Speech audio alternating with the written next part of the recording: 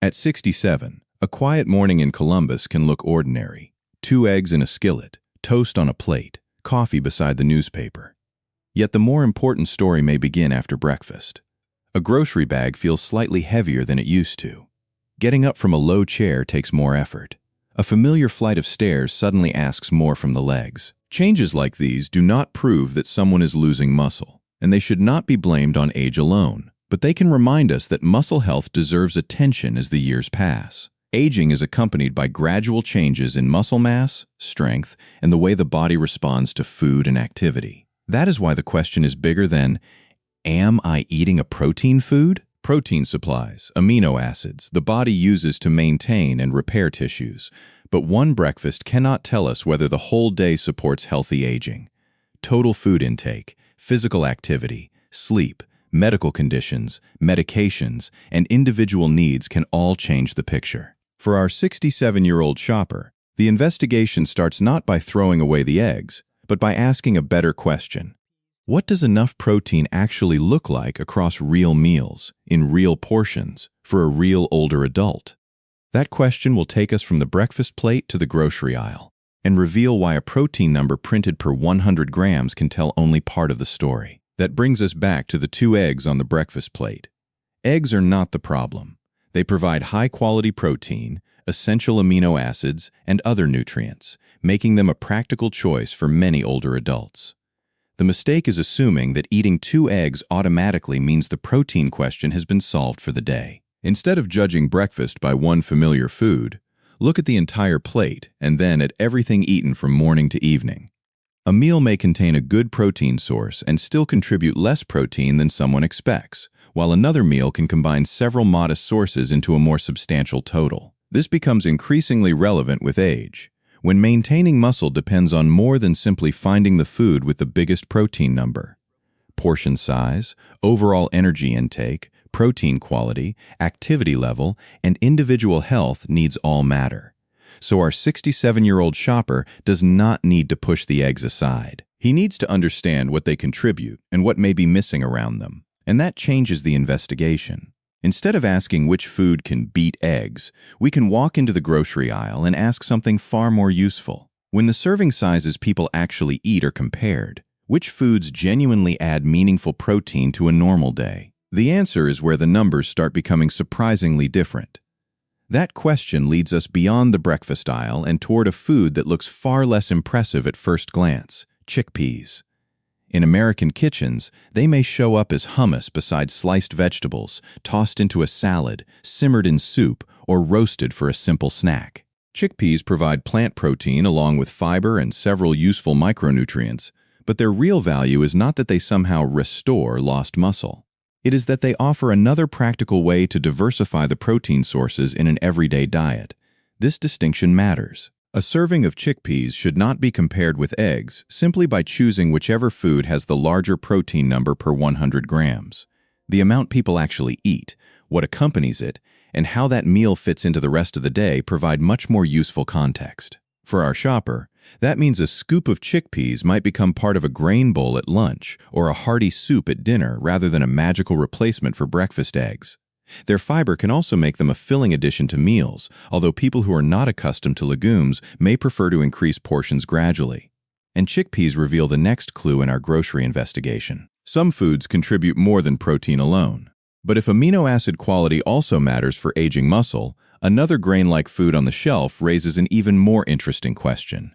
That question about amino acid quality brings us to quinoa, a food that often sits near rice and other grains but plays a different role on the plate. Quinoa contributes carbohydrates for energy, while also providing protein and all 9 essential amino acids, which the body must obtain from food.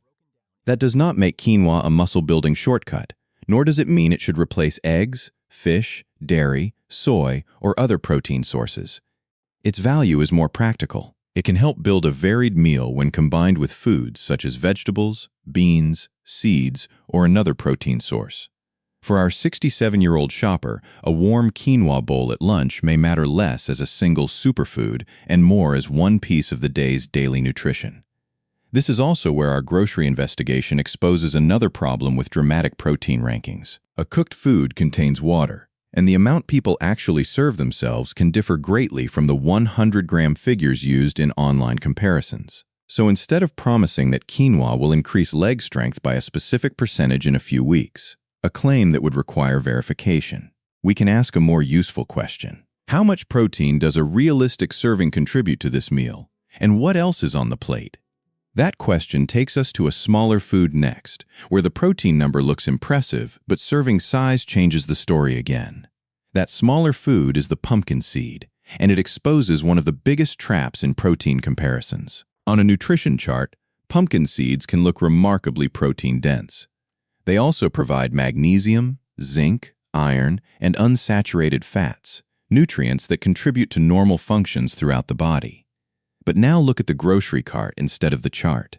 Few people sit down and eat 100 grams of pumpkin seeds as they might eat a substantial serving of another food. A realistic portion may be a small handful or a spoonful scattered over oatmeal, yogurt, salad, or a grain bowl. Suddenly, comparing 100 grams of seeds with 100 grams of eggs tells us much less about what someone actually eats.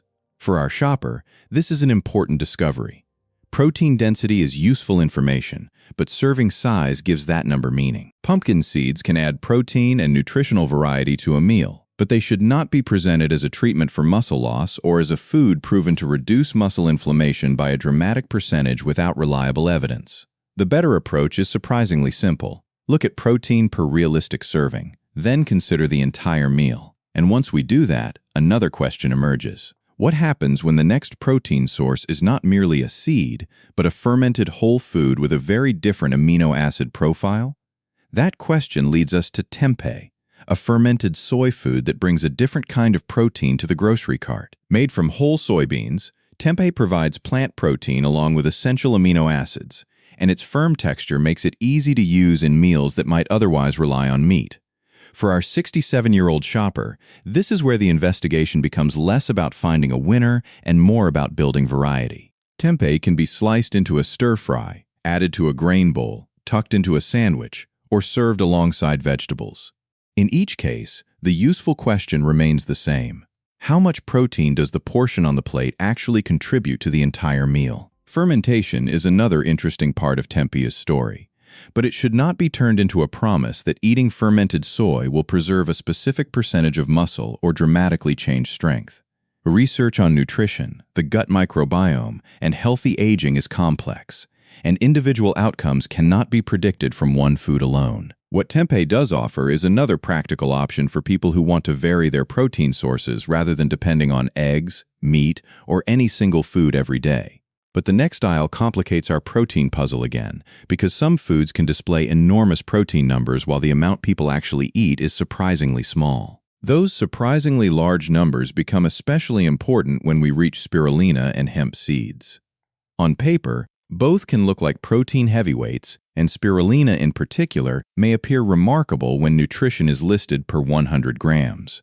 But that is exactly where our grocery investigation needs a reality check. Most people do not eat 100 grams of spirulina. A typical amount may be only a teaspoon mixed into a smoothie or oatmeal, so the actual protein added to that meal is far smaller than the headline number suggests.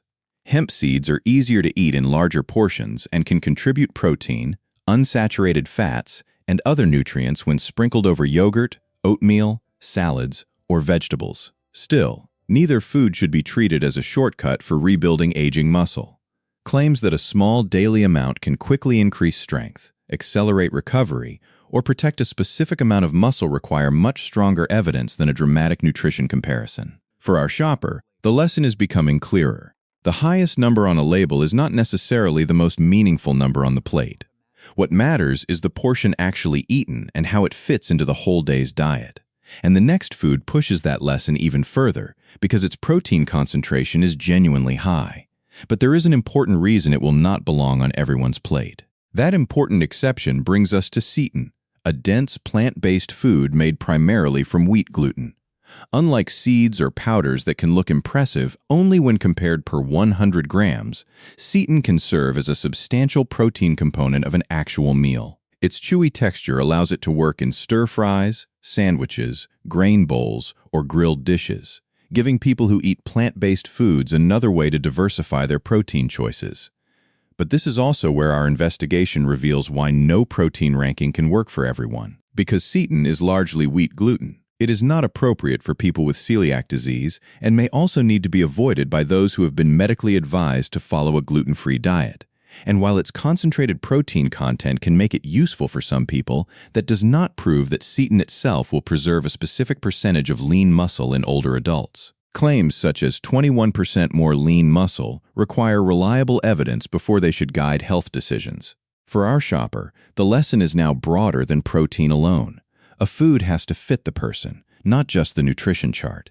Health conditions, dietary restrictions, portion size, and the rest of the meal all matter. And that principle becomes even more interesting with the next food, because Parmesan packs considerable protein into a small serving, but brings a different set of trade-offs to the plate. That brings us to Parmesan, where the difference between protein density and a realistic serving becomes impossible to ignore. Because Parmesan is an aged, concentrated cheese, it can provide protein, essential amino acids such as leucine, and calcium in a relatively small amount.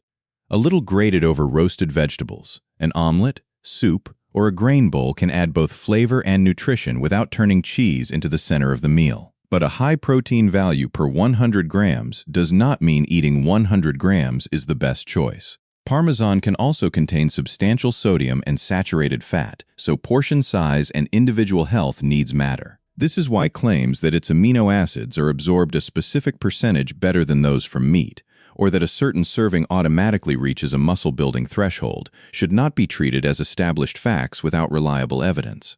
For our 67-year-old shopper, Parmesan provides another clue. Nutrition cannot be reduced to a contest over which food has the largest protein number. The better question is what a realistic portion contributes, what else comes with it, and how it fits into the entire day.